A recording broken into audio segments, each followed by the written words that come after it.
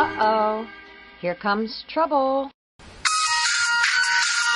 Straight from Twin Town Sports Central! Yeah, I'm redefining journalistic nerd swag. You like my sleeves? They're real big. What's up, everybody? Eric over here, Daily News Sports Editor, and you've tuned into the Grovcast. Yep. Big week. Still getting, trying to get spring sports in the swing of things. Baseball, we got the Wildcat softball team going right now. They have begun their season, 2-6 right now. Probably want a couple more wins at this point, but it's early for Coach Mark Madsen and his girls. They'll get their first taste of home action on Friday. That is if it doesn't rain another 8 inches like it did on Thursday. Yeah, just wanted to take a minute and talk a little bit about Kevin Love. Well, I don't want to talk too much about Kevin Love because I'm planning on writing a column about him in the next few days. But I did want to gloss over how well he's been playing. I believe he's over 30 points for the month of March. Definitely poised for a Player of the Month award. I don't see how you could not give it to him. And, yeah, without giving too much away about the column, it's just impressive to see his transition from just a solid role player to an all-star to a truly elite player where he is right now. I mean, and the Timberwolves have him for 5 more years, which is pretty exciting right now. Don't worry, Rubio will come back.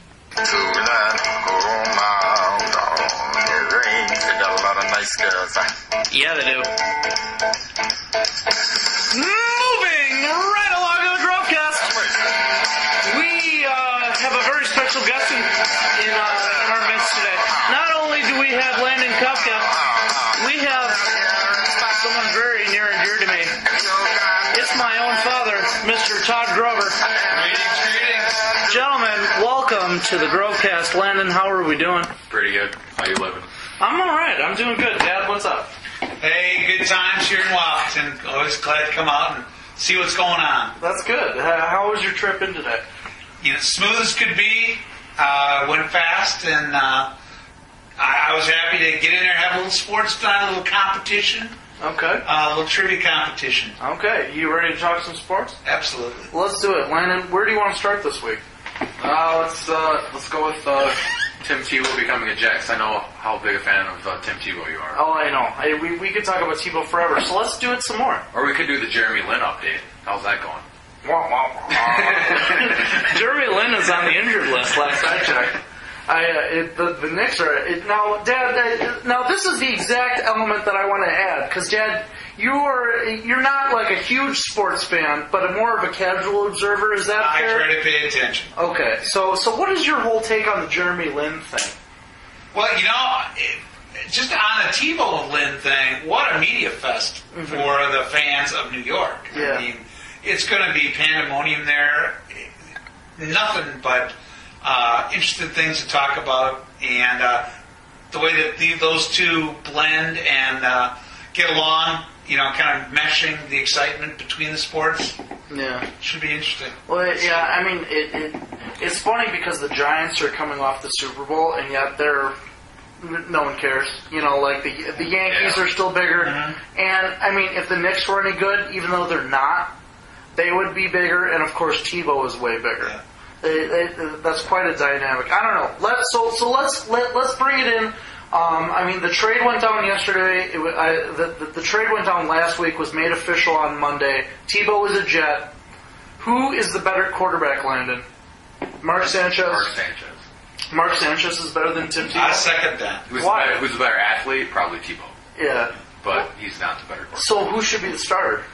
Probably Sanchez. Why? I think Sanchez has proven himself.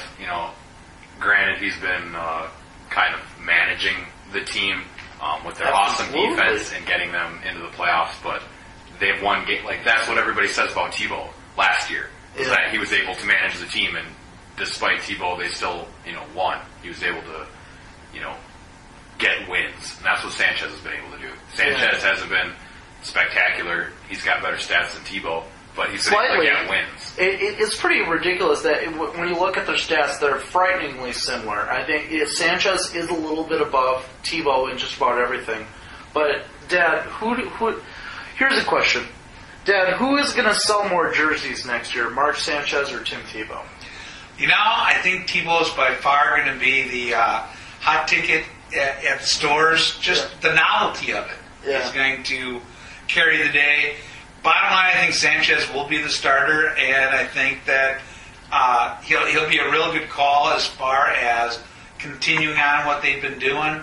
Tebow had a lot of success at the Broncos, but some of it was the people that were catching the passes he was throwing. And not to mention the defense. Yeah, whether or not he can hook up the same way with the Jets receiving core is...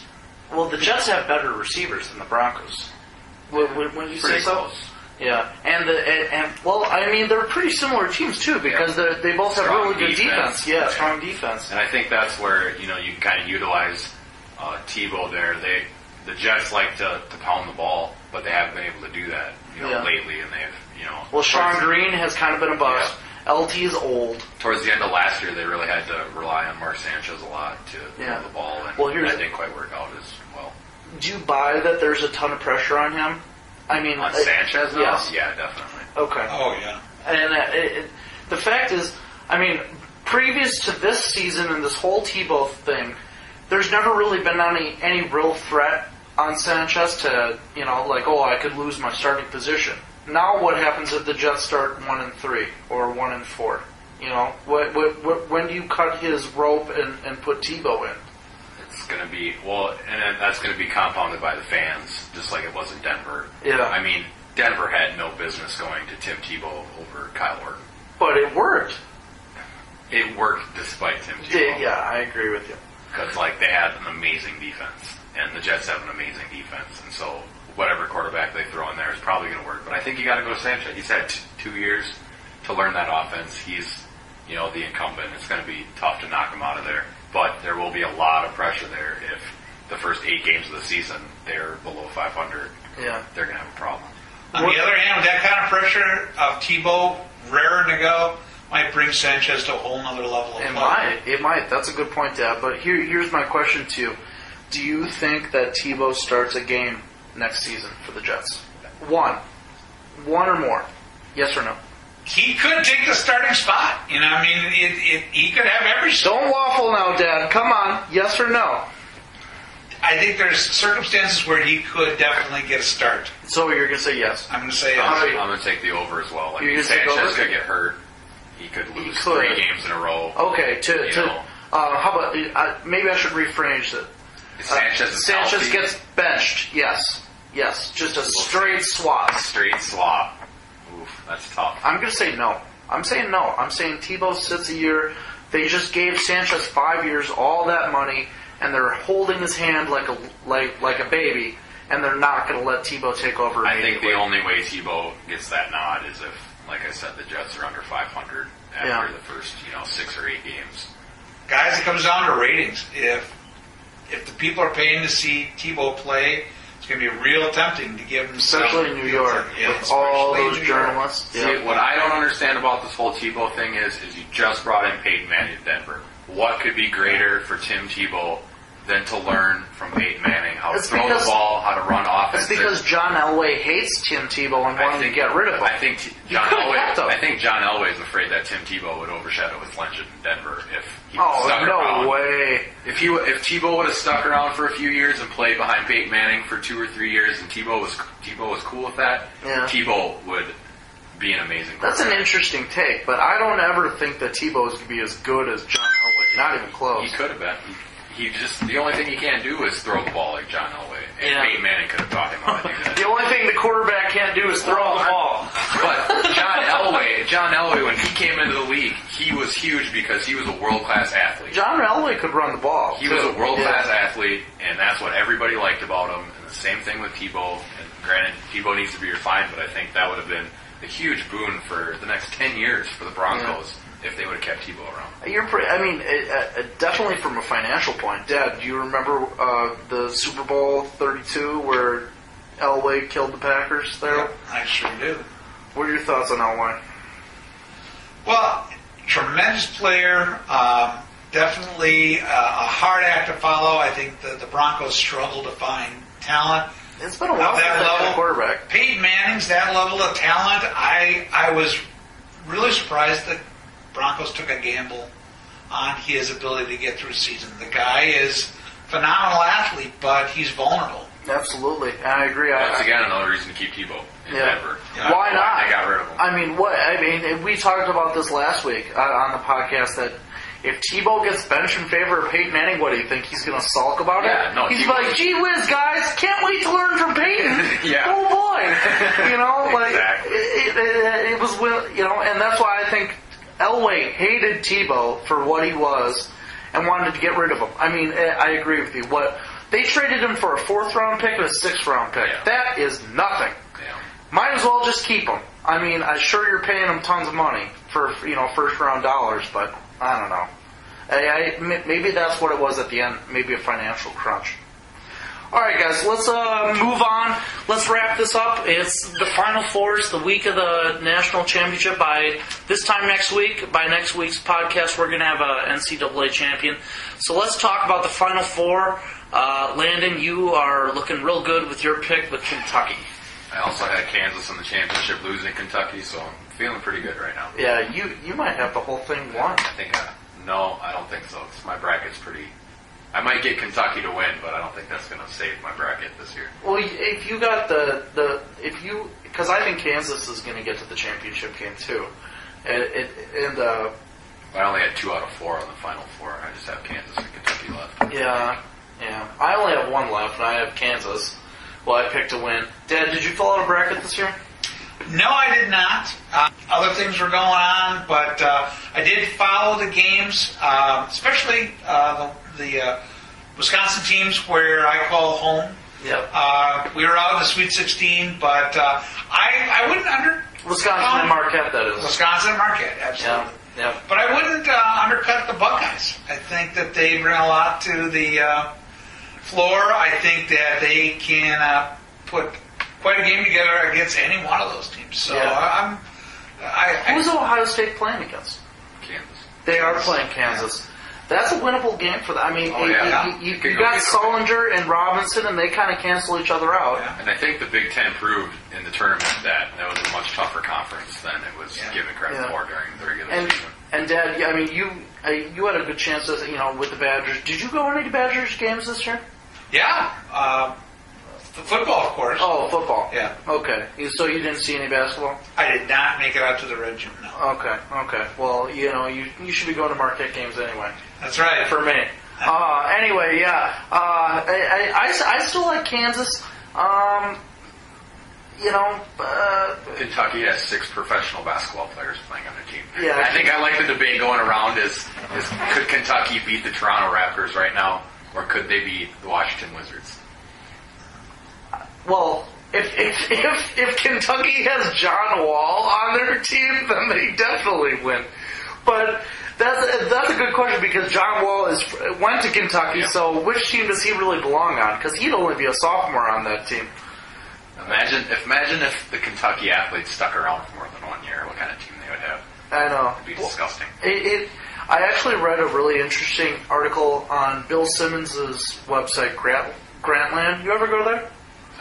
Check it out. I've seen it a couple times. Anyway, there was this big thing about how if Kentucky wins, it's going to really bring down college basketball because Kentucky has established itself as the one and done school. Yeah. Like if you're an elite basketball player and you want to play for 1 year and you want to win a national championship and then you want to go to the pros, you go to Kentucky, and that's exactly what's going on right now. And if they win it all, if they prove that this formula works instead of this veteran senior, stuff, which is changing the rules. How are they going to change the rules? How are they going to prevent people from going to Kentucky or any other school? I honestly think that they will either go if you go to school, you have to stay in for 2 years, or they'll let people go to the NBA out of high school. Okay. And honestly, I don't really understand in America, land of the free, home of the brave, free market capitalism that you can tell an 18-year-old kid that can play in the NBA that he can't call.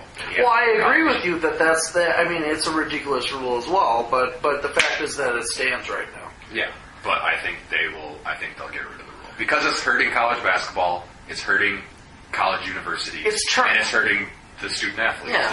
And it's hurting student athletes. And I've never liked John Calipari. Everywhere he's gone, he's cheated his way to definitely true. To losses in the Final Aren't Four. both of his titles vacated? I believe, yeah.